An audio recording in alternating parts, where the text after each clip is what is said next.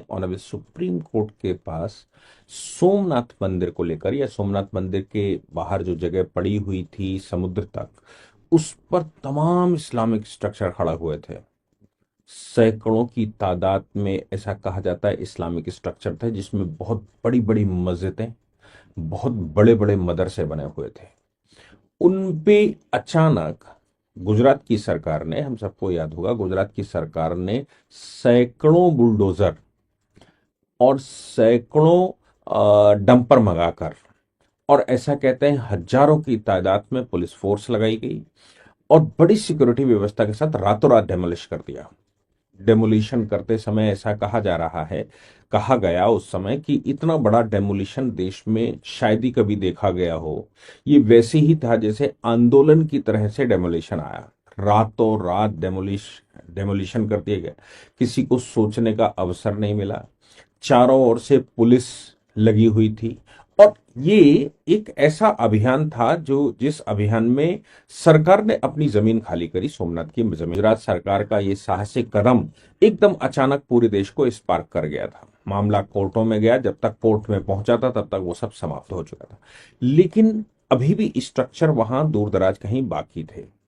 ये जो चल रहा था, इसी बीच में 17 सितंबर 2024 की रूलिंग आ गई। सुप्रीम कोर्ट ने सभी डेमोलिशन पर बैन लगा दिया। आज के ऑनरेबल चीफ जस्टिस जो बैठे हुए हैं संजीव खन्ना साहब, उन्होंने सभी रिलीजियस स्ट्रक्चर्स को, ना तो कोर्ट में केस फाइल होंगे, ना ही ये स्ट्रक्चर गिराए जाएंगे। और इसके अलावा ऑनरेबल सुप्रीम कोर्ट की एक बेंच ने सभी स्ट्रक्चर्स को गिराने के लिए, सभी स्ट्रक्चर को गिराने के लिए एक रूलिंग और पास कर दी कि भाई ये प्रोसीजर अपनाना होगा। आप एवं किसी का स्ट्रक्चर नहीं गिरा सकते, चाहे वो किसी आतंकवादी का हो, चाहे अतिवादी का हो, चाहे कुछ भी हो। सुप्रीम कोर्ट की ये दो रूलिंगें, एक तो प्लेसेस ऑफ वर्शिप एक्ट में आ गई और एक इसमें आ गई। ये दो रूलिंगें सुप्रीम कोर्ट की आने के बाद ये पता लगा कि द्वारिका में फिर भी 17 सितंबर की रूलिंग आई सुप्रीम कोर्ट की, डेमोलिशन नहीं कर सकते बिना प्रोसीजर एस्टेब्लिश किए। और हालांकि सुप्रीम कोर्ट ने उस समय यह भी कहा था कि भाई इलीगल इंक्रोचमेंट इसमें शामिल नहीं है, लेकिन इस रूलिंग के बाद 27 तारीख को एक स्ट्रक्चर और गिराया गया। अच्छा, सरकार ने स्ट्रक्चर गिराए वो तो ठीक था, लेकिन हम सब जानते हैं एक बड़ी भारी समस्या हमारे देश में कि जैसे सरकार इंक्रोचमेंट हटाती है, वैसे ही धीरे धीरे झुग्गियां फिर बसनी शुरू हो जाती हैं। फिर आदमी वहां पर एक पंचर की दुकान खोल लेता है, फिर वहां पर आकर कुछ ना कुछ अगरबत्ती लगाना शुरू कर देता है, कुछ बनाने लगता है। रोज रोज पुलिस कहां तक जाएगी, रोज रोज कौन अथॉरिटी जाएगी, कैसे जाएगी। और हमारे देश में अकाउंटेबिलिटी किसी की फिक्स नहीं है। किसी की अकाउंटेबिलिटी ऐसी नहीं है कि कौन इन सरकार की जमीन पर, सरकारी संपदा विभाग पर कौन रखवाली करेगा। तमाम तरह के हमारे पास ऑर्गेनाइजेशन है, तमाम तरह के हमारे पास इंस्टीट्यूशंस हैं जो वसूली में ही मोस्टली लगे रहते हैं। वो इसकी चिंता थोड़ी कम करते हैं कि वाकई में ये जो हो रहा है इसको रोका जाए। ये हमारी जमीन है, ये सरकार की जमीन है और सरकारी कर्मचारी उसका संरक्षक है। सरकारी कर्मचारी इन मामलों में अपना धन वसूली करके निकल लेता है, अकाउंटेबिलिटी फिक्स नहीं होती। हालांकि अभी सुप्रीम कोर्ट ने पीछे अकाउंटेबिलिटी भी फिक्स करने का एक ऑर्डर किया और साफ तौर से कहा कि जिसके समय पर ये इलीगल स्ट्रक्चर बन रहे होंगे वो उस पर रिस्पॉन्सिबल होगा। ये भी एक रूलिंग है, लेकिन मुझे नहीं लगता कि वो इंप्लीमेंटेशन में आई होगी या उसके सर्कुलर जारी हुए होंगे या उस पर ये हुआ होगा। मैंने तो हालांकि बताया था कि सुप्रीम कोर्ट ने ऐसा कहा। सुप्रीम कोर्ट तो वो जो जमीन थी वो सरकार ने खाली करवाकर अब उसका एक कंपाउंड बना रही है, दीवार बना रही है, उस पर कंपाउंड बनाकर उसको कवर कर रही है। मामला सुप्रीम कोर्ट आ गया। सुप्रीम कोर्ट में कई लोग चले आए और मजे की बात यह है कि ये जो आया ऑल पत्नी, आप सोचिए, समस्त पत्नी मुस्लिम जमात बनाम Rajesh Manjhu, state of Gujarat and others, ऐसे केस आया। इसके अतिरिक्त इसमें पीर हाजी मंगोली शाह दरगाह भी चली आई कि जब कंटेम्प्ट है। ये 17 तारीख को आपकी रूलिंग आई थी और इन्होंने स्ट्रक्चर डेमोलिश करने शुरू कर दिए। स्ट्रक्चर डेमोलिश कर रहे हैं। 11 नवंबर को ये कोर्ट आ गए और कहा कि 27-28 सितंबर को ये सब चल रहा था। इसके अलावा औलियाए दीन कमेटी जूनागढ़ आ गई। उसने कहा कि गुजरात हाई कोर्ट, उसने गुजरात हाई कोर्ट से कहा कि भाई ये जो डिमोलिशन के बाद बना रहे हैं इसको रोका जाए। गुजरात हाई कोर्ट ने स्टे करने से मना कर दिया।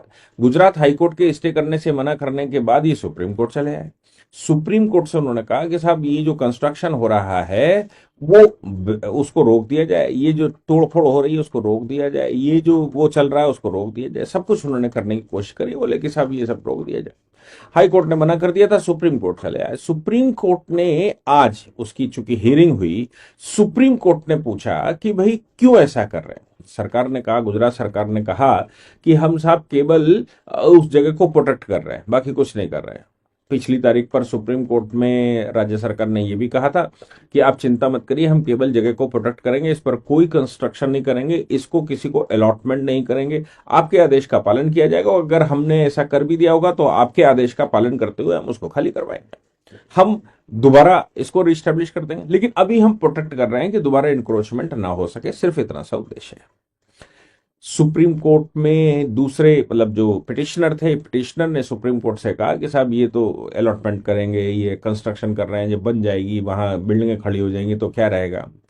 सुप्रीम कोर्ट ने उनसे कहा कि भाई ये चिंता आप मत करिए, हम बैठे ना, आपको प्रोटेक्शन हम देंगे। अगर हमारा ऑर्डर इनके खिलाफ जाता है तो हम आपको जमीन कवर करवा कर देंगे, हम आपको स्ट्रक्चर बनवा कर देंगे, हमें मतलब हम आपको इनके स्ट्रक्चर तोड़वा देंगे।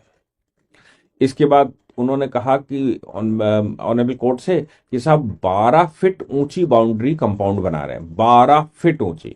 अब मैं तो समझ पा रहा हूं कि गुजरात सरकार बिल्कुल सही तरीके से उसको बना रही होगी। 12 फीट ऊंची का मतलब हो गया कि कूद काट के भी नहीं घुस सकते, किसी तरह से अंदर इंक्रोचमेंट नहीं हो सकता, अब जेल की दीवार की तरह होगी। और जेल की दीवार की तरह का मतलब ये हो गया कि ना तोड़ी जा सकती, ना फोड़ी जा सकती, ना अंदर जाया जा सकता, ना कूद फांद के जाया जा सकता, ना अंदर कोई स्ट्रक्चर बनाया जा सकता। सरकार बना रही होगी, सुप्रीम कोर्ट चले आए। अच्छा, सुप्रीम कोर्ट में भी अजीबोगरीब टाइप का इसका एक्शन हुआ। सुप्रीम कोर्ट ने कहा भाई 12 फीट ऊंची क्यों बना रहे हो आप। राज्य सरकार ने कहा साहब हम बाउंड्री तो बना रहे हैं, हम तो कंपाउंड बना रहे हैं, कौन सा बड़ा काम कर रहे हैं, कितना बड़ा है। तो सुप्रीम कोर्ट के जजेस ने कहा कि भाई इतनी ऊंची बाउंड्री क्यों बनाना, 12 फीट ऊंची क्यों बनाना। सामान्यतः अगर किसी जगह को कवर किया जाता है 5-6 फीट ऊंची बनती है, तो आप 5-6 फीट ऊंची क्यों नहीं बनाते, आप ये 12 फीट ऊंची क्यों बना रहे। अब मुझे ये समझ नहीं आया कि भाई इन पिटिशनर्स को 12 फीट की ऊंची दीवार से क्या मतलब है। कवरेज तो कवरेज है, वो बारबेट वायर लगाकर कवर की जाए, 5 फीट ऊंची बाउंड्री लगाकर कवर की जाए, 6 फीट ऊंची बाउंड्री बनाकर कवर की जाए। कुल मिलाकर सरकार उस इंक्रोच जगह को जो खाली सरकार ने करवाई है, जो बुलडोजर उस पर चलाया, वो खाली करवाकर अब वो अपनी एक बाउंड्री बनाकर उसको कवर करना चाहती है। सरकार के पास फंड होगा तो ऊंची कवर कर रही है, सरकार के पास कम फंड होता है तो वो छोटी बनाती है, फंड नहीं के बराबर होता है तो तार लगाकर कवर करती है, और कुछ होता है तो बोर्ड लगाकर कहती है कि यहां से ये वाली जमीन चालू होती। वो सरकार के फंडिंग के ऊपर, उस डिपार्टमेंट के फंडिंग के ऊपर, जो डिपार्टमेंट उसको कर रहा है। ये हमारे यहाँ एक जनरल प्रोसीजर है। लेकिन साहब 12 फीट ऊंची बाउंड्री का विरोध करना, ये तो कहीं अंदर से संशय है कि भाई 12 फीट ऊंची होगी तो हमारे घुसने का रास्ता ही खत्म हो जाएगा, और हम अगर 5-6 फीट ऊंची होगी तो हम बच्चे जो हैं घुस जाएंगे, दीवार धीरे से तोड़ लेंगे, कहीं से रास्ता बना लेंगे, कहीं से आला बना लेंगे, और रास्ता बनाकर अंदर घुस जाएंगे, और धीरे धीरे करके दोबारा जहां से शुरू हुई कहानी वहां पर फिर से खड़ी कर देंगे। सुप्रीम कोर्ट ने भी बड़े हास्यास्पद तरीके से पूछा भाई 12 फीट ऊंची क्यों बना रहे हो, 5-6 फीट ऊंची बना लो।